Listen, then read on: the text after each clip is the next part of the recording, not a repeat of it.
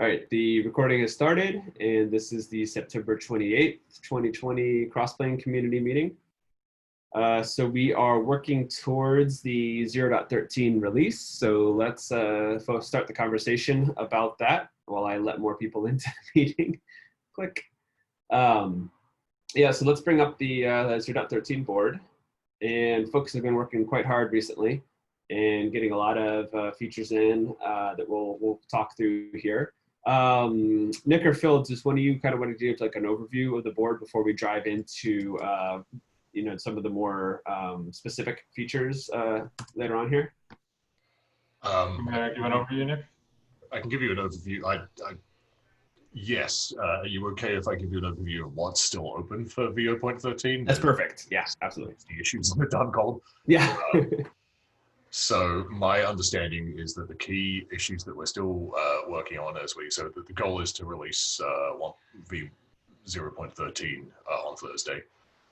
So we're very much hoping to go into QA mode / already have mostly gone into QA mode this week for just testing the release and updating documentation.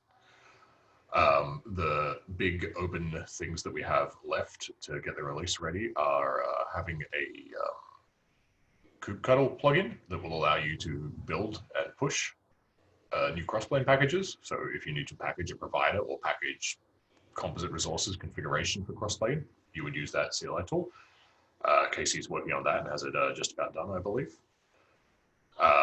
Another thing that we noticed somewhat last minute is that there are certain use cases. There are some issues around deletion of composite resources when there are obscure relationships between the composed resources and how they depend on each other. So we're trying to get that sorted out. Both Mavavik and I are working on that for the release.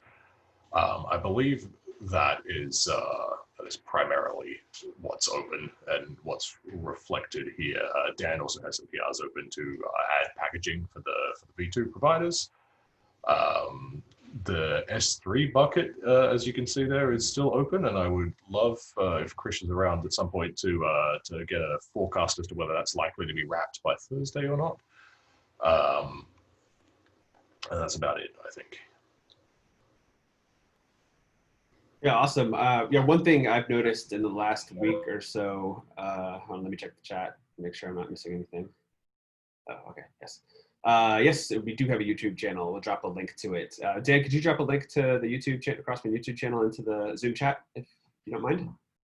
But yeah, so one thing I've noticed in the past week that's been really awesome, I think, is that as we're QAing and as we're developing things and finding some issues, we are doing a really good job, I think, of capturing those, like the behavior that we're seeing, how we should mitigate it, getting discussion going around, how to deal with it. So I think like there's been some really good convergence and transparent sort of visibility into what's going on and like what we're working on or the problems we're finding as we're going towards the release here. So that's been really cool. I've like good job to everybody for doing that.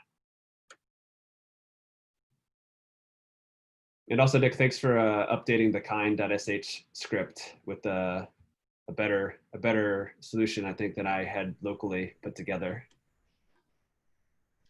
Cool. Yeah. And then for 0.13, so Nick and Ryan, you guys agreed that you're pulling OHM 0.11. Is that right? Because that was just cut a little while back, and we're just going to pull that into. There is OHM 0.11 does have an RBAC role binding to cluster admin that I would like to change, which I presume will require a new release of OHM, probably just a patch release because it's just an RBAC role change. But if Ryan's comfortable with that code, I'm comfortable shipping that as well. Yeah, sure. Yeah, we add some. In the meantime, we added some bug fixes. We could just we can just take that along. Nice. Yeah. Whatever's in the code base, let me know. I'm happy to take either the code that's in 0.11 or some new bug fixes as well. Yeah, we can definitely cut another release. And when do you roughly think we'll be able to do that? Like before Wednesday, or because we're cutting the release on Thursday, Nick? Is that right? Yes, so it would be ideal to have the OM one released on Wednesday, just to give us a bit of buffer there. I haven't had a chance to go and update that cluster all yet, so I'm probably the main blocker in this at the moment. Okay, sweet. Awesome. That's really great to have that come together. And then are there changes about like any of the Helm charts or anything for the OM to be deployed as like along and compatible with 0.13, or is that all in and figured out? Yeah, I'm gonna update to subchart it, and then there's a few other Helm updates as well. One of them being installing the new providers and that sort of thing. So there'll be a few kind of like additions to it, but they shouldn't be very major. Awesome. So that's all. That's part of the plan here. It looks like then. Yep, there's also a separate OAM issue, I think, I'll drag into the board. Perfect. There.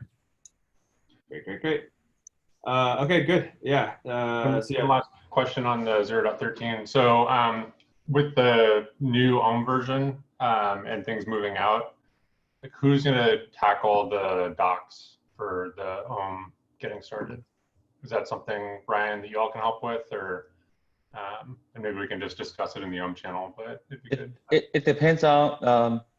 I can definitely be the like the QA at the end, make sure everything works. But it kind of looks like depends on how the subchart is working. Okay. That maybe change a little bit. Just the install scripts, I think, would need to be changed a little bit. I assume after the subchart is installed, the rest will be the same. Okay. Yeah, and as far as you know, the actual user experience for OAM, has that changed much since the 0.12 release? Do you expect the docs to have a lot of changes, or mostly just how it's installed? Because we currently have docs for like creating an app config, and we go through the flight. Yeah, nothing has like really changed. Yeah, we added some features, but it's not reflected in the document. Those are more advanced features that doesn't belong in the like quick start or readme. Okay, we probably won't make dramatic changes to the docs edit. It'll just change how we update it, and we'll make any changes necessary to make sure the flight tracker example still works end to end as it does in the docs today. Yeah, these all should all just work. There's no change to that. It's just I don't know how subchart install command is. Maybe a little bit different. There's a flag or something.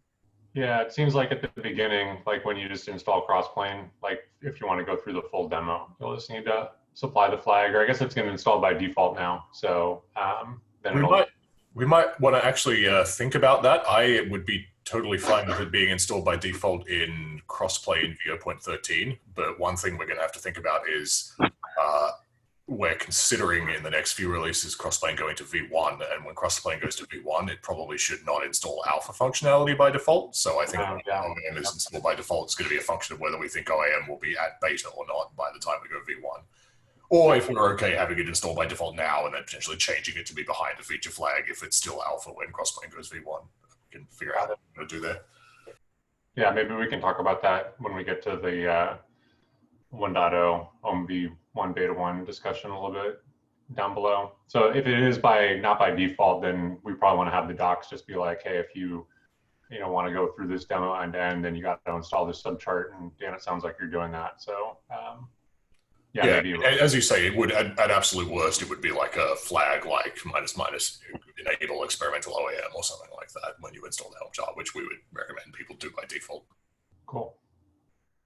Yeah, so maybe some tag team QA after Dan's got those changes in would be good. Sweet. Cool. All right, so we can. That's the overall picture. We're targeting getting the release out the end of this week. Really excited about it because there's a whole bunch of new features and functionality and stabilization, et cetera, as well too. So really excited about that. Are there any details, Dan, that you want to call out for the package manager updates? Really, most of the stuff there is pretty self-explanatory. With the one follow-up there that got merged this morning, that's kind of relevant for anyone using the EKS IAM roles for service accounts. It's not actually why we made the switch, but it does make that a little bit easier. Before if you change an annotation or set the FS group on the deployment manually, then we would just override it, which basically meant you couldn't use the package manager to do IRSA stuff. But now for this change, which was actually to fix an issue with creating tokens over and over again for the service count, you actually should be able to set that FS group manually. So this actually seems like a pretty decent solution for that, because all of the deployments are going to be made in the namespace where Crossplane is installed, which theoretically is where an admin would have permissions anyway. So anyway, that was kind of a side effect of this fix for this issue that Nick identified. So if anyone is using that functionality on this call, it should work kind of similar to how you do it right now. But that document in provider AWS is going to be updated to reflect any of the new terminology. Cool, sounds good, Dan. Thanks for the thoroughness on that. Nick, anything else specific to dive down to in like RBAC controller or RBAC management stuff? No, not really.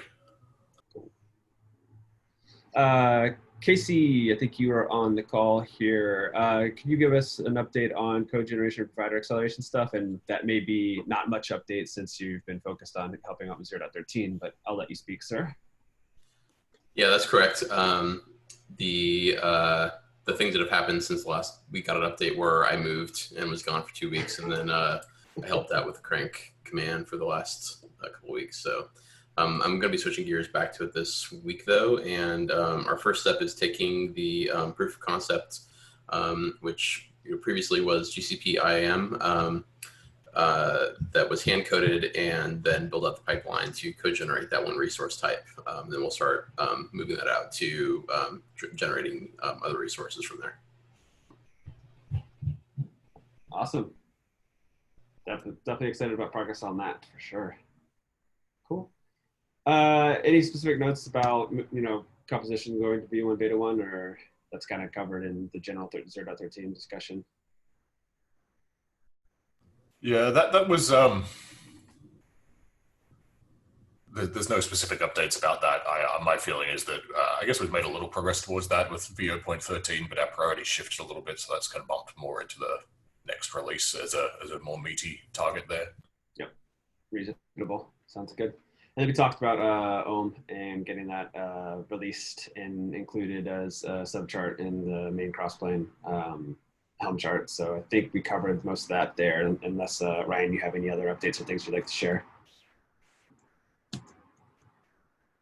Not really. We are mostly doing bug fixes. The Ohm chart is the Ohm runtime is currently used by internal services in Alibaba, like a production service. So yeah, we probably can bump it to be at least bump it to beta in the next release when they're fully online, and it may even get considered at V1 if there are no other issues. Awesome, that's great news. Does that mean can we update all the API types to V1 beta 1 as well, Ryan? I know that because the specs kind of V1 alpha. Yeah, that's actually a good question. So because it's used internally already in a production code, I'm not sure how to upgrade in terms of like get bumped version. I don't know exactly how does that work, and that team is not it's not our team. So, and they're all busy, production team. They're all busy. I'm not sure how easy it is to bump the version. As I said, we can even bump it to V1 if they are running stable there for a while in the production code. Just not sure how to bump the version. Is that because we need like conversion webhooks for supporting 2 versions of the API at the same time, so that you have your like V1 alpha 1 and then have the V1 beta 1 at the same time, so that when they take the update, it doesn't break a record? We already have the CRD hooks actually to convert CRDs.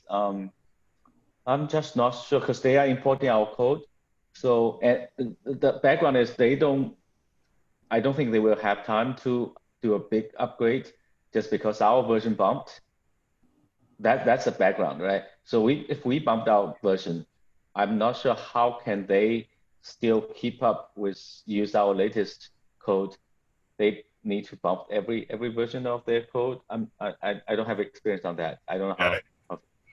In theory, if what you're saying is that they're importing your API types and your API types are v1 alpha 1, and you wanted to go to v1 beta 1 or v1, what you could do is announce a timely deprecation of v1 alpha 1 types, and then you could basically update your controllers to operate on v1 beta 1 types that were just exact copies of the v1 alpha 1 types. And I believe you can actually tell your CRDs that so normally if your v1 beta 1 or v1 API types had changed, you would have to use those webhooks and teach the OM runtime how to convert between the two. But I believe that if they're exactly the same, you can actually just serve both versions and just tell the API server basically there's no conversion needed. If someone submits me a v1 alpha 1 resource, just treat it the same as a v1 beta 1 and it'll translate directly. So Nick, would you make the v1 beta 1 the storage version then? I guess. I'm not sure, but I believe that there would be a path here. Does that compile when the version, even the type is exactly the same?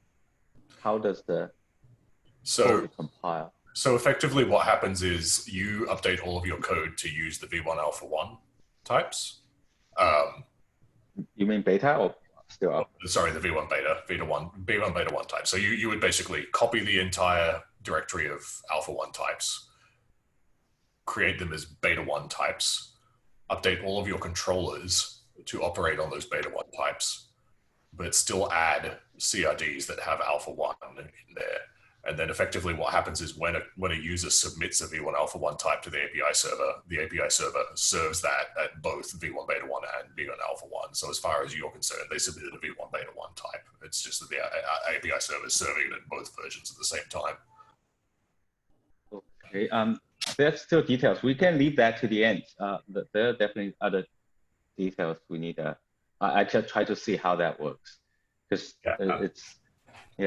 ideally I think it's like I want them to upgrade, follow us, right? To follow the upstream to upgrade to v1 beta 1 and v1 whatever.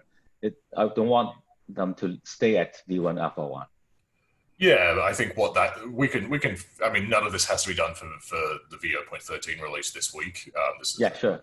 Just curious. I don't know exactly how to upgrade. I haven't seen an upgrade in the production.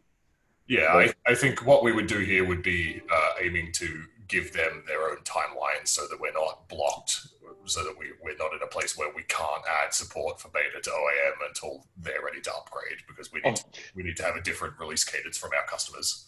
Of course, yeah, definitely. So Nick, in the release note, should we say, hey, alpha 1 is going to be deprecated and beta 1 is coming out in the next release, and so just so that they have their timely heads up of that, like you were saying, a timely deprecation of v1 alpha 1? Not for v0.13.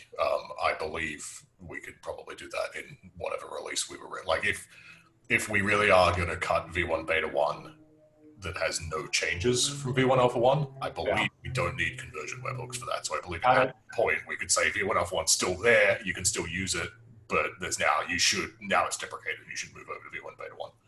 I have to double check that, but I'm pretty sure that's the case. Oh, that'd be great.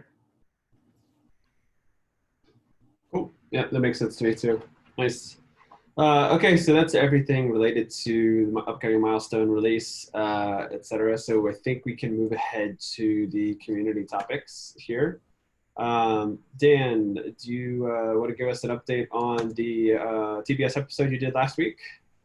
Sure. Yeah. So me and Marcus worked on provider SSH, which is what it sounds like. It's basically a provider that's backed by SSH. So you can do things like run scripts and stuff like that. So that's a pretty nice tutorial if you want to bootstrap a new provider, because we start from basically nothing and build it up to some minimal functionality. So that'll be a good one to reference back to. We also used the template in the Crossplane provider template repo, which is a template repository, so you can actually create repositories from it. we're looking at how to maybe make that a little bit easier by parameterizing some of it so you don't have to do so much find and replace. But that's a good one to look at. There's also some opportunity to create other similar providers to provider SSH. I know Nick mentioned in Crossplane Slack last week a provider SQL, which would do similar things, but obviously connecting to a SQL database. So interesting pattern there if you want to check that out. And then next week, we are going to have the CTO of SourceGraph joining us.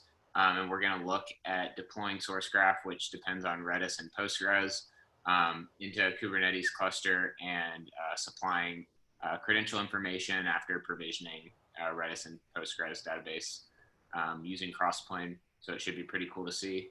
And hopefully we'll be able to include that in the documentation at some point for installing SourceGraph for folks who want to install it via Kubernetes, which is their recommended method. Nice, Dan. I like that. It's kind of like a more solutions-focused episode there. It's like, here's how you deploy a particular, set of software, and then also using Crossplane to deploy all of the managed services and everything that it might need there. So that's exciting. That's is that this week or next week? That's going to be next Thursday. One important thing to note: it's not going to be at our regular time. It's going to be a little bit later in the day to accommodate his schedule. Got it. Cool. Sounds good. So that's Thursday, October 8th, though? Yep, that's correct. Do you already have the time set? Yes, it is going to be at, let me look at my calendar real quick. I believe it's going to be at 3:30, well, so 1:30 Pacific. Let me actually double check that though. Real quick. Cool. Exciting. Nice. All right. Okay, then quick update on Cncf onboarding stuff. So we, excuse me, we transferred the Crossplane IO domain over to the care and oversight of the CNCF and the IT department with the Linux Foundation. On Friday, we did have a domain-related outage where the releases.crossplane.io and the charts.crossplane.io DNS records were not migrated over. So those were not resolving once the domain had been transferred over to the new DNS provider for that the CNCF uses. So some of the builds and stuff were failing on Friday, and you wouldn't be able to install like Helm charts and stuff as well on Friday. But we got that resolved, and the root cause of that was that to migrate the DNS records to the new DNS provider, we had to export all of them out of our old DNS provider, which is AWS Route 53. AWS, in their caring, loving hands of vendor lock-in, do not provide any mechanism to export all the records. So you have to cobble it together with like the AWS CLI tools and stuff, and do like some, some parsing and, awking and grepping and nonsense like this. So when I did that, I missed my little script missed some of the records. So the zone file I gave over to the CNCF IT people did not have, it was missing the entries for releases and charts. So that's what happened with that. And we went back and got those records as quick as we could and sent them over there. And the Linux Foundation IT people added those to the DNS entry almost immediately too. So they said they have a very quick turnaround in SLA for domain related stuff. So that is nice. We should not have any more issues there. If anybody's having DNS issues with anything under the crossplane.io domain, let me know, and we should get that fixed really quickly. So sorry, apologies for that outage there. Well, thanks for getting that sorted out. Yep. Nice to be on CNCF now. So yep, they have our DNS. They own the crossplane.io domain, the neutral home. Okay, and then KubeCon North America, tomorrow is the date that the responses or the acceptances and rejections go out for KubeCon North America call for proposals or papers or whatever. So folks should learn tomorrow if you were accepted to speak at the KubeCon NA. So it's excited, and we're always excited to hear the wave of responses come in and see who got talks and whatnot. Cool.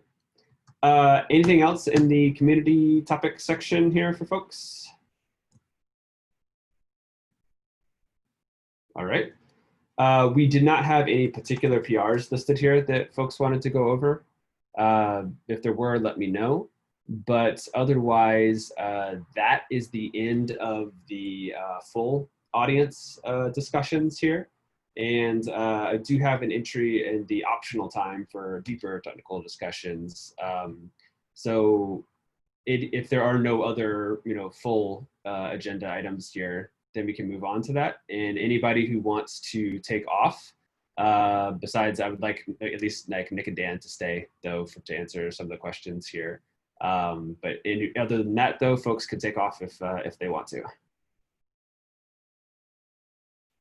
But what I want to talk about here is that if you guys can get me up to speed. So what I'm developing some compositions on my own right now, and I'm having a good experience with it. Things are going well, with like running Crossplane with like the kind.sh script. So I have the latest built locally, and I'm, for like provider AWS though, I'm manually installing the CRDs into my cluster and like doing make run. So I'm running the controller locally pointed at the kind cluster. So I'm not, using a package or anything from there. And then with like the compositions I'm creating, I'm not building a package out of them either. I'm just applying those directly to the cluster as well. Can you give me a quick update on like, do we have the tools, like the crank tools and stuff to a position where we can I should be building and installing packages locally, or what's the latest like dev iteration cycle for building your own compositions and packages and such? So as far as the CLI goes, there's a PR open that implements the building and pushing and that sort of thing, which is the same for dev or, whatever, if you're actually building the package. In the case that you're actually, just installing them directly, then I would advise, as I said in Slack, just using like cluster admin or something like that for just testing locally. Because obviously we're not able to just arbitrarily give permissions without, you basically indicating that you want them. So yeah, that's what I would say. I mean, I guess we could, since the kind.sh I think is just used for local dev, we could in there just give it cluster admin, try and give Crossplane cluster admin. However, that could be confusing for someone if they are running Crossplane locally, but then they're actually trying to like test their package install workflow. They could actually not be getting permissions, but it could look like it, right? Because Crossplane has cluster admin. So that could be kind of a conflict there, but yeah, that's what I would recommend. Yeah, that's my gut feeling that too, is that, because some of this is an artifact of the tools are being built right now. So, I'm excited to get to a place where I can, build my own package locally and then just, install that, like using the tool flow with with my local cluster. And so I would want to depend on like the automated RBAC stuff and the permissions getting, that I've defined the right permissions, or like that's all done correctly, as opposed to having it covered up by, the cluster admin being bound to the Crossplane service account automatically through the kind script. So what will be the local dev experience like when I want to build a package and like have it go use it locally with the kind cluster? So I think I'm a little confused, because for like, if you're not installing it as a package, the local dev flow, should mirror how Crossplane works. So we're not going to I don't think we're going to have tooling that's saying like, apply these permissions when I haven't actually installed it as a package. So if you just like manually install CRDs, Crossplane isn't going to be given permission. Yeah, that's totally fine. Yeah, I completely understand that. Like I'm more curious about what is left, or what will be the experience like to be able to build my own package. Like I would like, that's the next thing I want to be able to do, is like, hey, cool, I've got a package and now I want to put that in my client cluster and have the automatic, RBAC manager do the right things to assign the, create permissions for the new types I've defined, etc. Yeah, so if you're installing via package, then it's done, it's ready, right? So it's going to give you the correct permissions for your package. There are a few minor updates I think maybe got merged this morning. But that should be working. So how do I do that then? I think that's what I'm missing, is I don't know how to do that right now. you don't know how to install a package, or you don't know how to build a package? Yeah, build, because I thought you said that the tooling isn't there to build and install packages, right? Yeah. Right. So you can manually do it, but the crank package build has not been merged yet. The PR is open. We're resolving some dependencies and that sort of thing. But once it's ready, just in your directory where you have your compositions, you would just say, I guess, kube control crossplane build, and then kube control crossplane push, essentially. Oh, okay. Yeah. Does that Cool. answer your question? Yeah. Because it's more like I can't do it right now. Like, when will I be able to, or how will I be able to do that? This week, in the next X amount of time. Yeah, and we'll certainly have documentation on crossplane.io for 0.13, instructing how to do that and whatnot. Jared, if this is a serious blocker for you right now. No, it's not a blocker. It's not a blocker. I'm just excited to be able, like, almost like a QA effort here too, to be like, sweet, I've got a package and I'm installing it and I'm exercising the new code we're building, and we're doing QA cycles too with this work I'm doing. That's what I'm excited about. We're working on it as fast as we can, and we'll totally let people know when that is done. It's been much more complicated than expected to plumb up a CLI tool to Docker. We'll make it very clear when that tool is available. Sweet. Yeah, awesome. Yeah, and then just keep in mind that it does just make a Docker image, so it's totally possible to just basically take the directory structure that we talked about in all of our examples, like example CNP, and just Docker build them into a Docker file and push that. And you can make your own package. You don't need this tooling if you wanted to try it out. If you want to try everything after the CLI tooling. Got it. And do like a from like the base image, the package unpack. Yeah. And if you look at the provider GCP and then provider AWS just merged, I saw there's an example of what the Docker image looks like, and it's literally from package unpack master right now. I mean, you can pick whatever version you want, and then like add, the directory is called package, add package dot. It can actually be, you could have whatever nesting structure you want there. And yeah, if you just Docker build that and then like load that into your kind cluster, for instance, and then create a provider configuration, then that should work great for you. Sweet. Sounds good. That's perfect. I was just very excited to exercise some of the code paths here too, and help find bugs and stuff like that. Yeah, Casey's done some awesome work on that CLI, so I'm excited to see it get merged. Awesome. Cool. Okay, cool. That's all I had for that topic then. I was wanted to catch up on what the latest was on that. Cool. So anything else anybody wants to bring up? All right, cool. Then we can go ahead and call it. And great work, everybody that's putting effort into getting the 0.13 release out. And we will see each other online. Cool. Thanks, guys. Thanks, Jared. See ya.